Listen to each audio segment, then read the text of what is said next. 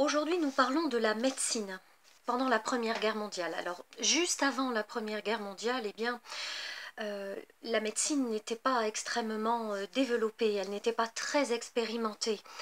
Les soins et la chirurgie restaient considérablement rudimentaires.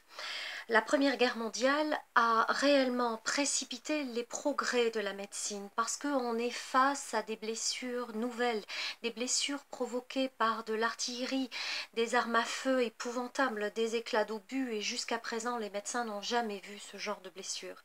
Donc il va falloir pallier à tout ça et il va falloir euh, s'expérimenter et expérimenter des méthodes de soins.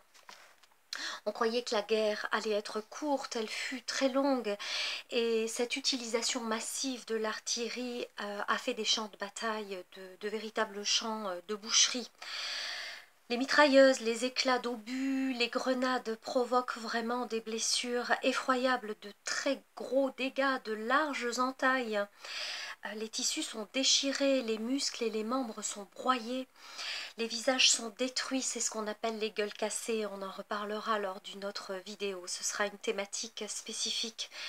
Les conditions sanitaires et l'hygiène des soldats est déplorable, la vie dans les tranchées dont nous avons parlé aggrave considérablement l'état des blessures des soldats, les plaies sont très infectées et souvent aggravées par le tétanos. Alors les chairs se gangrènent très vite et puis l'utilisation des nouvelles armes comme les gaz moutardes que l'on ne connaissait pas jusqu'à présent désarme vraiment les médecins. Que faire face à des soldats qui suffoquent, qui ont des poumons brûlés et qui deviennent aveugles? Tout ça on ne l'avait jamais vu jusqu'à présent. Quel traitement donner face à ces souffrances jusqu'alors méconnues? Le masque à gaz va prémunir le soldat mais il reste quand même relativement peu efficace, on le sait. Donc les médecins vont devoir affronter justement toutes ces nouveautés, dont l'obusite dont on a parlé lors d'une précédente vidéo, qui concerne le syndrome post-traumatique de certains soldats qui sont pris de tremblements terribles. C'est une névrose de guerre liée au bombardement et les soldats atteints de ce mal ne sont pas pris au sérieux. Comme je vous le disais, ils sont renvoyés au front.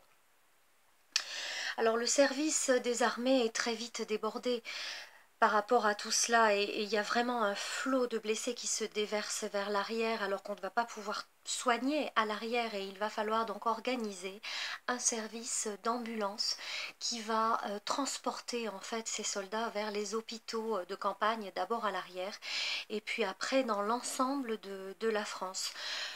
Pour les soldats sur lesquels nous travaillons, eh bien, nous avons trouvé dans cette correspondance le fait que certains aient été envoyés par exemple jusqu'à Clermont-Ferrand.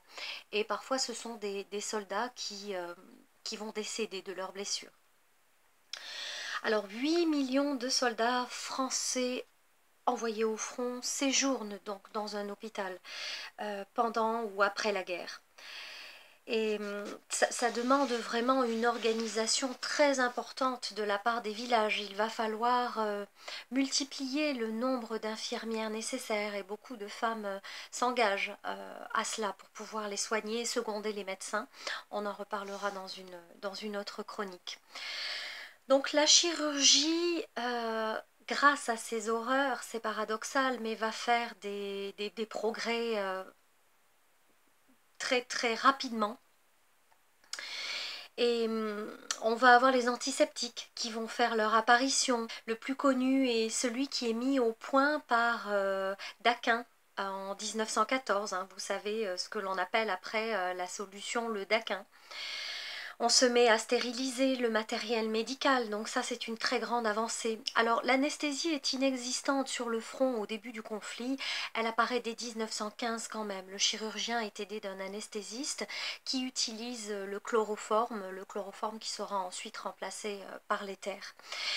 Et puis Marie Curie et sa fille installent des machines à rayons X sur tout le front pour faciliter les diagnostics et ça c'est une avancée médicale absolument incroyable. La radiologie offre de précieux renseignements aux chirurgiens sur le type de fracture ou sur le positionnement de la balle ou d'éclats d'obus. Donc cela évite de nombreuses amputations parce que jusqu'alors les amputations étaient très fréquentes.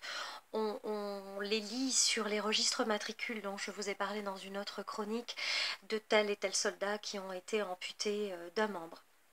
Donc la chirurgie va réparer les blessés du visage. Donc on va avoir 500 000 soldats qui sont blessés au visage avec parfois des blessures effroyables. Donc la chirurgie maxillofaciale fait son apparition pour redonner un visage humain à ces gueules cassées. Donc le rôle des infirmières là-dedans est vraiment très très important. On a vu dans une précédente chronique qu'à l'école, on expliquait aux petites filles que c'était important de soigner les soldats, et on a vu que les petits garçons à l'époque jouaient eux-mêmes aux soldats et les petites filles aux infirmières, et donc cette guerre a vraiment créé énormément de vocations par rapport à cela. Voilà donc pour la médecine à l'époque de 14-18. À bientôt pour une prochaine chronique.